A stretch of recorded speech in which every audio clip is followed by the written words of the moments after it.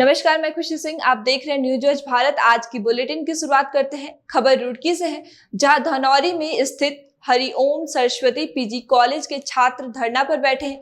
छात्रों का कहना है कि 250 छात्रों के भविष्य के साथ खिलवाड़ करते हुए उन्हें फेल कर दिया गया है और इसमें यूनिवर्सिटी और कॉलेज प्रबंधक दोनों का ही हाथ है। आज जब छात्रों का गुस्सा काफी बढ़ गया तो उन्हें कॉलेज के बाहर धरना शुरू कर दिया। वहीं कॉलेज के प्रिंसिपल का कहना है कि यह गलती सिर्फ यूनिवर्सिटी की है। कई बार संपर्क साधने के बाद भी यूनिवर्सिटी ने छात्रों के हित में कोई भी कदम नहीं उठाया है। हरिओम पीजी कॉलेज के छात्र हैं और हम भी 3rd सेमेस्टर के छात्र हैं। इसमें बीएससी बीकॉम सभी छात्र बैठे हैं। हमारे साथ फर्स्ट सेम में ऐसा हुआ कि हमने पेपर दिए सबने और सब बच्चों की एब्सेंट यहाँ से भेजी गई। यूनिवर्सिटी पे हम जाते हैं तो यूनिवर्सिटी बोलती है कि तुम्हारे कॉलेज की गलती है, ठीक है।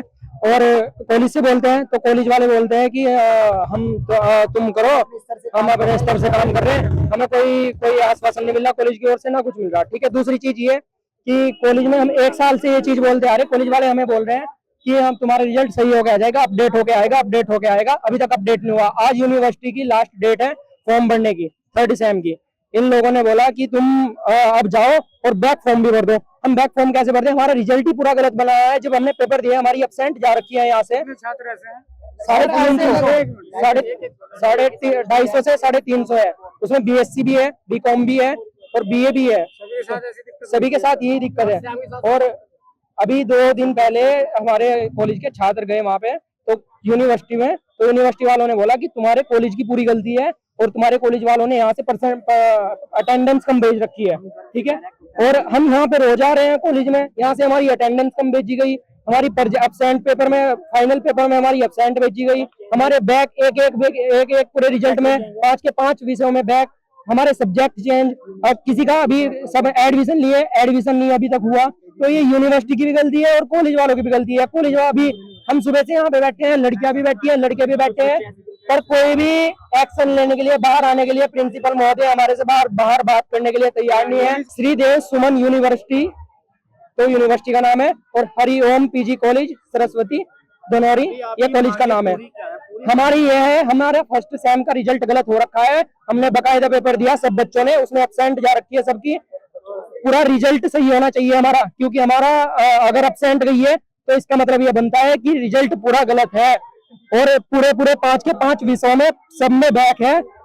एक बच्चा एक विषय में कमजोर हो सकता है, हर विषय में नहीं बैक आ सकती उसकी। मैं मानता हूँ मेरी एक विषय में बैक है, मैं उसकी कॉपी निकलवाने के लिए, रीचेक करवाने के लिए तैयार हूँ। अगर मेरे उसमें नंबर कम है या मैंने कुछ किया नहीं तो मैं बैक मानने के लिए तैयार हूँ। और जो मेरी एब्सेंट गई है, मैंने बकायदा पेपर दिया है, सभी बच्चों ने पेपर दिया है, प्रेजेंट होनी चाहिए थी, उसमें भी हमारी एब्सेंट गई हुई है उस पेपर, और सब्जेक्ट चेंज है हमारे। विश्वविद्यालय ने जो फर्स्ट सेमेस्टर के जो एग्जाम कराए थे, जो समर्थ से का जो पहला बैच है हमारा, उसमें हमारे यहाँ प्रथम सेमेस्टर के कुछ बच्चों के, जैसे बीए में अंग्रेजी विषय में 100% बच्चों को फेल दिखाया गया है और वोकेशनल में एब्सेंट दिखाया गया है, जबकि हमारे यहाँ वोकेशनल में 100% बच्चे उपस्थित थे और उसकी उपस्थिति विश्वविद्यालय को यथासमय और जो कॉपियां थी वो भेज दी गई थी। इसके पश्चात हमने विश्वविद्यालय को कई बार ये रिमाइंड अपना जो इसके निस्तारण के लिए पत्र भी लिखा, त्रुटि सुधार के लिए, और उसके बाद हमने अपने अनुस्मारक रिमाइंडर्स भी भेजे, लेकिन विश्वविद्यालय के ओर से ना तो हमें कोई जवाब दिया गया है और ना ही इस समस्या का समाधान किया गया था। परसों हमारे कुछ छात्र विश्वविद्यालय जाकर परीक्षा नियंत्रक जी से भी मिले थे, लेकिन उसके बाद भी इस समस्या का कोई समाधान निकल नहीं पाया।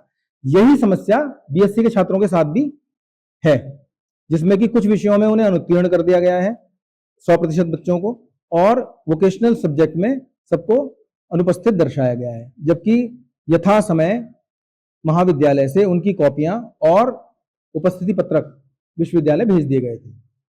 तो अब छात्र उसे लेकर आक्रोशित हैं और अपनी समस्या का समाधान चाहते हैं। समर्थ में जब नई शिक्षा नीति आई तो क्रेडिट सिस्टम को फॉलो किया जा रहा है। क्रेडिट सिस्टम का मतलब यह है कि प्रत्येक विषय का एक निर्धारित क्रेडिट है, जैसे कि मेजर के लिए 6 और ऑप्शनल के लिए 4। तो वो जब तक 2 सेमेस्टर मिलाकर 50% क्रेडिट कोई छात्र अर्न नहीं करता, तब तक वो उसे पास नहीं माना जाएगा। तो कुछ छात्रों के साथ ये समस्या हुई कि जिन विषयों में उन्होंने परीक्षा दी थी उसकी जगह उनके अंक पत्रों में दूसरे विषय अंकित कर दिए गए हैं और उसमें उसे फेल दिखा दिया गया है। तो इस कारण कुछ छात्रों के क्रेडिट पूर्ण नहीं हो पाए और उनका तृतीय सेमेस्टर में प्रवेश नहीं हो पाया। खबर हल्द्वानी से है, जहां दीपावली पर प्रदूषण का खतरा बढ़ता नजर आ रहा है, जिसको देखते हुए प्रदूषण विभाग ने हल्द्वानी और नैनीताल शहर में मशीनों के माध्यम से वायु प्रदूषण की निगरानी शुरू कर दी है। प्रदूषण नियंत्रण बोर्ड हल्द्वानी के क्षेत्रीय अधिकारी अनुराग नेगी ने बताया कि केंद्रीय प्रदूषण नियंत्रण बोर्ड द्वारा वायु प्रदूषण की निगरानी और उसकी सैंपलिंग करने का आदेश दिया गया है, जिसको देखते हुए हल्द्वानी और नैनीताल शहर में एक मशीनें लगाई गई हैं, जो दीपावली के एक हफ्ते पहले और दीपावली के एक हफ्ते बाद तक वायु प्रदूषण की जांच करेगी, जिसकी रिपोर्ट केंद्रीय प्रदूषण नियंत्रण बोर्ड के पास भेजी जाएगी। प्रदूषण नियंत्रण बोर्ड और बोर्ड मुख्यालय द्वारा हमको आदेश जारी किए गए हैं कि दीपावली से एक हफ्ता पहले और एक हफ्ता बाद तक की हमें मॉनिटरिंग करना है, जिसके मद्देनजर हमने जो है हल्द्वानी जल संस्थान में और नैनीताल में नगर पालिका में प्रांगण में हमने 2 मशीनें स्थापित करी गई हैं, PM10 की और PM2.5 की, जिसका डेटा भी हमारे यहाँ 24 तारीख से आना शुरू हो गया है। तो 24 तारीख में हल्द्वानी का जो AQI था वो 94 दर्ज किया गया है, 25 तारीख में 94 ही रहा और 26 तारीख में 98 दर्ज किया गया है। और